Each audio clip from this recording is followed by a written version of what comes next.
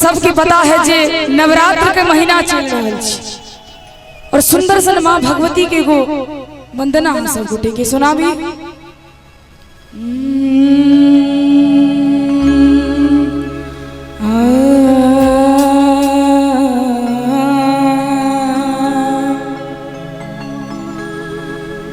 मंगल में दिन आजू है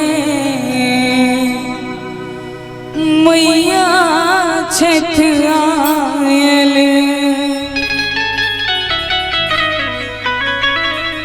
हरि भक्त मैया से कहे छथिन उनका स्वागत कर रहा छथिन। धन धन जागल भाग है, धन धन जागल भाग है, माँ की कलश बैसायल। और मीठ मीठ ताली के संग मंगल में दिन आजू है मैया छठ आयल।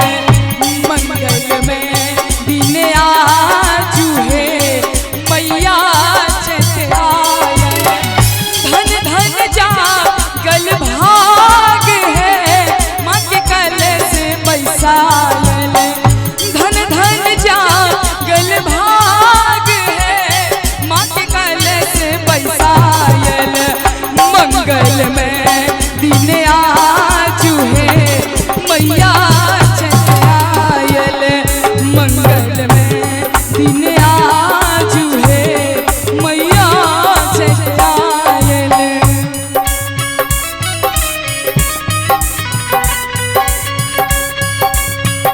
क्या बात है जी।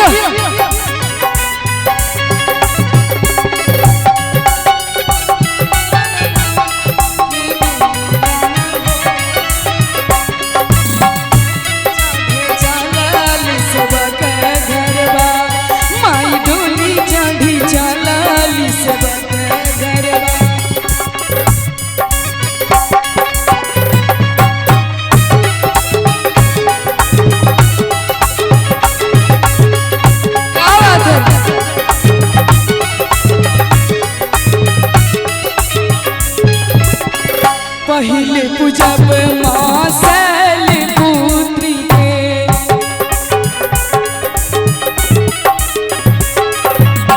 दोसर पूजब ब्रह्मचारिणी माँ के।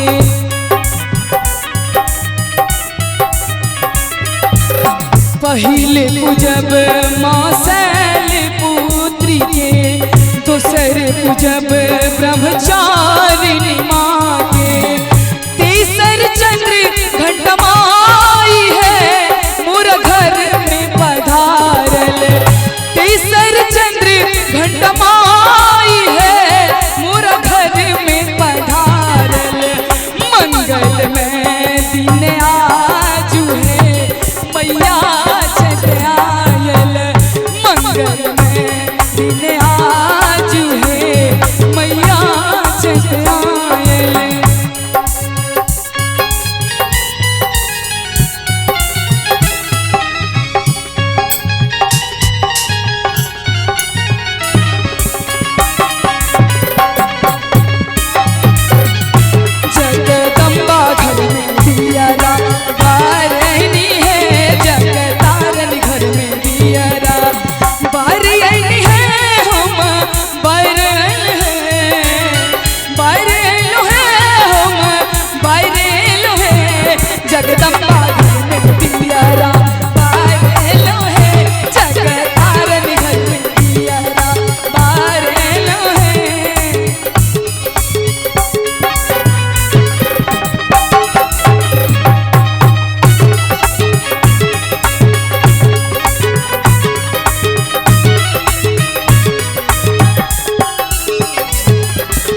चारी में पूजब कुसुमाना माँ के,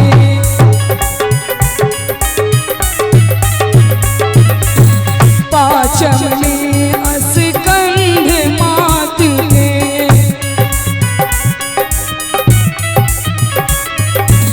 चारी में पूजब कुसुमांडा माँ के, पाँचम में स्कंध माँ के, छठम में आई है मोर घर में पधारल, छठम का ज्ञानी माई है मन कमल फुलायल, मंगल में दिन आजू है मैया चल आयल, मंगल में दिन आजू है मैया चल आयल।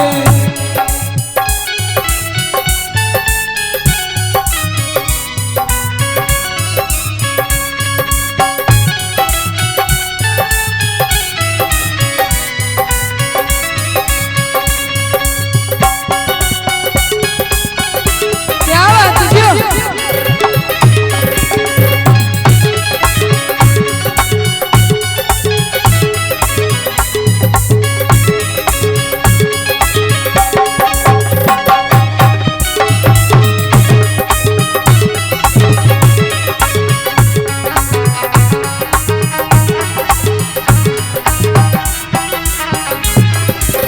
सप्तमी पूजब माँ काल रात्रि के,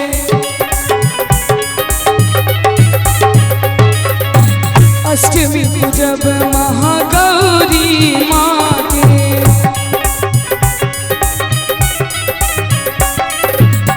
सप्तमी पूजब माँ काल रात्रि के, अष्टमी पूजब महागौरी माँ के, नवमी सिद्धिदात्री माई है शुभ दर्शन पाओल, नवमी सिद्धिदात्री माई है शुभ दर्शन पाओल, मंगल में दिन आजू है मैया चल आयल, मंगल में दिन आजू है मैया चल आयल, धन धन जागल भाग है माँ के गले से बैसायल, धन धन जागल भाग है माँ के गले से